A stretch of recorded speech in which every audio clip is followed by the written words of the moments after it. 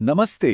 कभी सोचा है कि हमारी थाली में जो खाना है वो कहाँ से आता है और हमारी सेहत के लिए इतना जरूरी क्यों है?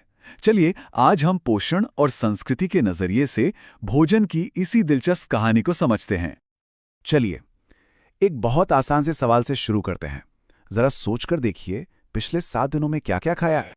हमारी थाली में जो भी है, चाहे वो रोटी सब्जी हो या इडली सांभर, वो सिर्फ खाना नहीं है।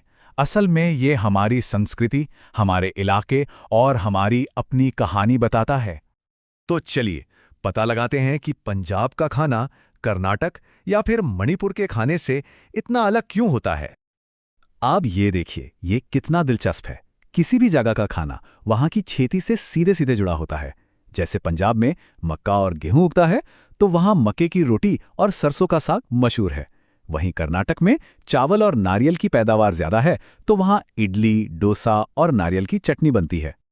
तो मतलब ये जो जमीन और थाली का रिश्ता है ना, यही सदियों से हमारी खाने पीने की परंपराओं को बनाता आया है। और इसी वजह से हर डिश की अपनी एक अलग पहचान है। और हाँ, सिर्फ यही नहीं बदला है कि हम क्या खाते हैं, बल्कि हमारा खाना बनाने का तरीका कैसे बदला है, वो भी देखने लायक है। तो सवाल यह है कि हमारे खाने में आखिर होता क्या है? कौन सी चीजें हैं जो हमारे शरीर को चलाती हैं? तो सबसे पहले आते हैं एनर्जी गिवर्स, यानी कार्बोहाइड्रेट्स और फैट्स। ये हमारे शरीर के लिए पेट्रोल की तरह हैं, जो हमें रोज के काम करने की ताकत देते हैं। फिर आते हैं बॉडी बिल्डर्स, यानी प्रोटीन। ये हमारे शरीर के ग्रोथ और रिपेयर के लिए बहुत जरूरी हैं, मतलब मसल्स बनाने और चोट ठीक करने के लिए। और आखिर में है प्रोटेक्टिव फूड्स, मतलब विटामिन्स और मिनरल्स। ये हमारे शरीर के बॉडीगार्ड्स की तरह हैं, जो हमें बीमारियों से बचाते हैं। तो ये सारे न्यूट्रिएंट्स तो जरूरी हैं, पर असली खेल है इन्हें सही मात्रा में, सही बैलेंस में लेने का। तो ये बैलेंस्ड डाइट आखिर है क्या? सीधी सी बात है, ये एक ऐसा खाना है जिसमें हमारे शरीर को ठीक से काम करने के लिए ज़रूरी हर चीज़, सारे न्यूट्रिएंट्स, फाइबर और पानी सही मात्रा में हो। लेकिन सोचिए, अगर ये बैलेंस बिगड़ जाए तो क्या होगा? चलिए एक पुरानी कहानी से समझते हैं। पहले के ज़माने में जो नाविक लंबी समुद्री यात्राओं पर जाते थे, उन्हें अक्सर मसूड़ों से खून आने और जोड़ों में सूजन की शिकायत रहती थी। और इसका इलाज, हैरान करने वाली बात है कि इसका इलाज एक स्कॉटिश डॉक्टर ने 1746 में ढूंढा, और वो बहुत ही आसान था।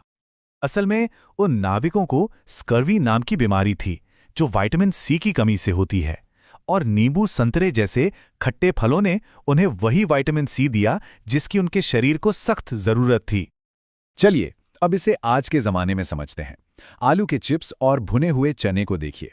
चिप्स में कैलोरी भले ही ज्यादा हो, लेकिन जरा बाकी चीजों पर नजर डालिए। चने में प्रोटीन और फाइबर चिप्स से कहीं कहीं ज्यादा है, तो साफ है कि सेहतमंद नाश्ता कौन सा है।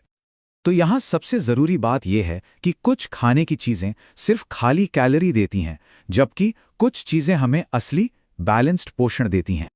अच्छा, पोषण सिर्फ इस बात पर निर्भर नहीं करता कि हम क्या खाते हैं।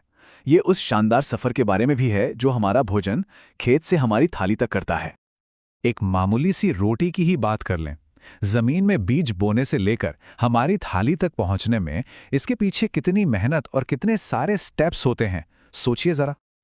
और ये जो पूरी दूरी है ना, इसे एक कॉन्सेप्ट से समझा जाता है, फूड माइल या खाद्य मील। तो फूड माइल कम क्यों करना चाहिए? देखिए, जब हम लोकल खाना चुनते हैं तो हमें न सिर्फ ताज़ा और पौष्टिक खाना मिलता है, बल्कि हम अपने आसपास के किसानों की भी मदद करते हैं। साथ ही ट्रांसपोर्टेशन कम होने से प्रदूषण भी घटता है, जो हमारे प्लैनेट के लिए अच्छा है।